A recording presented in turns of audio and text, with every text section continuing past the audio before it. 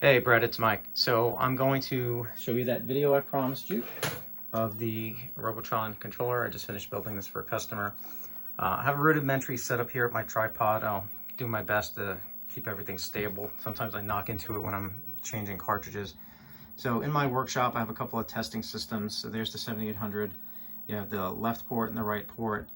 And then basically, as I mentioned, this is configured for Atari 7800 2-button games. So these two buttons here will work with the 7800 2-button games for the left stick only on this side. This is just directional for the right port. And if you work with a 2600 game, both of these buttons will be button 1. So the only difference for configuring one of these closer for this thumb is if you're going to use a 7800 game that has two buttons, and like Xevious, for example. And the way I hold the controller actually for a game like that is similar to what you see like this. It's actually comfortable. I put this cord between this finger here and then use that as button 1 and this is button 2. I'm sorry, use this as button 1 and this is button 2. And then basically you have the ability to use the back of your thumb to hit button 2. So I'll show you that in an example momentarily. So first I'm just going to try Robotron for you real quick just to kind of show you the setup. So you have the start button, and then you have the guy moving around. And I think you saw this already in the demonstration video. Okay, always make sure you have your directionals and your diagonals.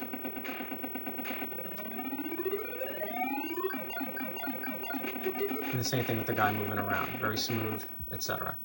Okay, so now the games that you mentioned, here's Atari 2600 Millipede. Okay, and you can see here, it moves fairly nice. And you can see now both buttons are acting as button 1. I haven't played this in years.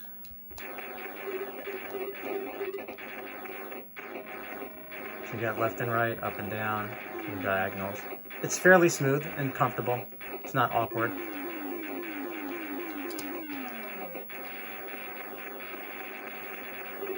Okay, but usually other people, they just buy another controller. It's not uncommon these days to have a single controller for a single game, as you've seen in the market.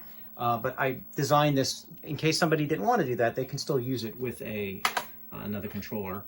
I'm sorry, use it with other games. So here's Xevious, which is a 2-button Atari 7800 game.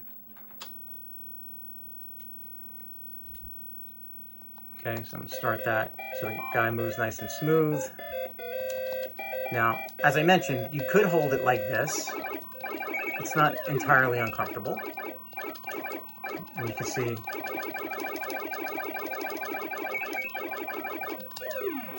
try to get the more of a game screen for you. Okay, but what I do is I like to hold it like this. And I put my finger here. And then just basically hold it like this. So you got, that's fire 1, and then fire 2 at the back. I mean, you could do this, you know, or I can configure 1 and 2 and swap the buttons so it's closer on this side. But I found from just holding it like this, it actually works better.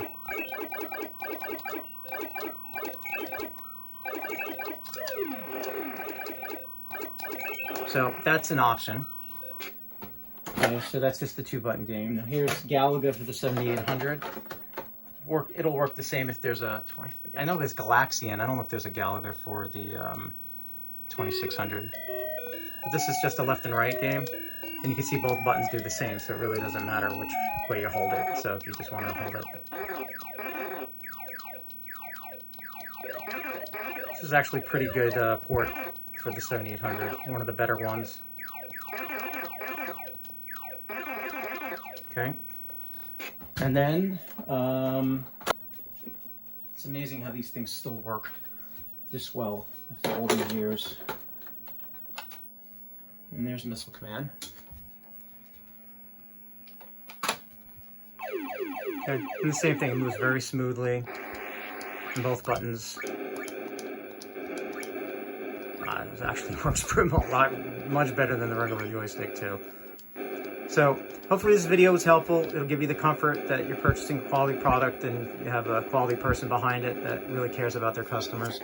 So if you want to purchase another one, just let me know as well, so I could combine the shipping for you. But that's about it. All right, have a good one, man. Take care.